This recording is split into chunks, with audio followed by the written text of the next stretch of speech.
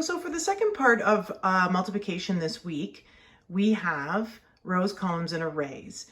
And an array is an arrangement of symbols or numbers, and they're organized by rows and columns. Rows run left to right, and columns run up and down.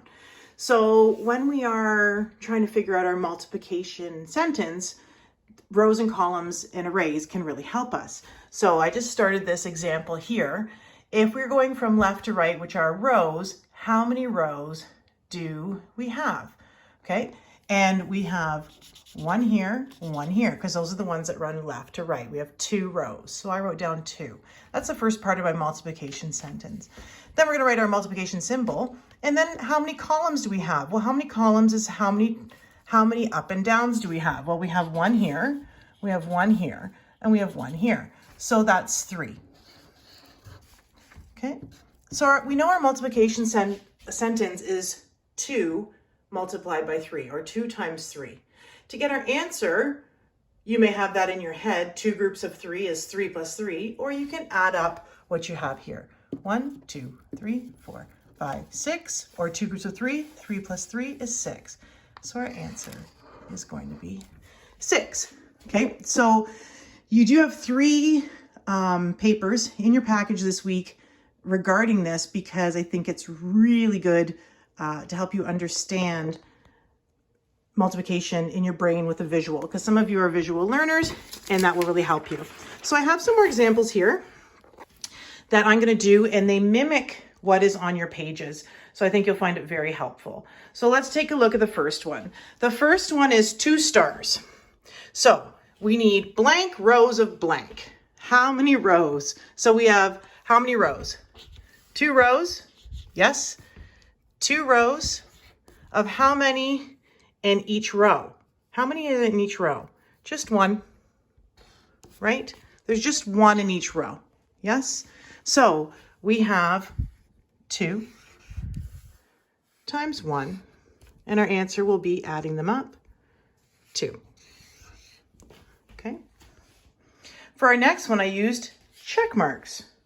So how many rows and how many in each row? So we have 1, 2, 3, 4.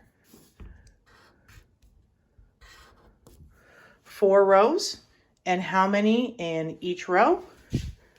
1, 2, 3, 4, 5. Or how many columns do we have? You can do it that way too. Okay, so let's just double check. 1, 2, 3, 4, 5 columns. There's 5 in each row. We have 1, 2, 3, 4 rows. So 4 rows and 5. So that means our multiplication question will have the same numbers, 4 times 5. When you add them all up, you count by 5 4 times. 5, 10, 15, 20. Next one, we have X's, and we have 1, 2, 3 rows of X's. How many columns? 1, 2, 3. So there's 3 rows of 3. We use those same numbers in our multiplication sentence, and then we can just add them up. 3 plus 3 is 6, plus 3 is 9. And our last one, I thought I'd throw this one in for fun. You have 1 row of 1. Do you see it?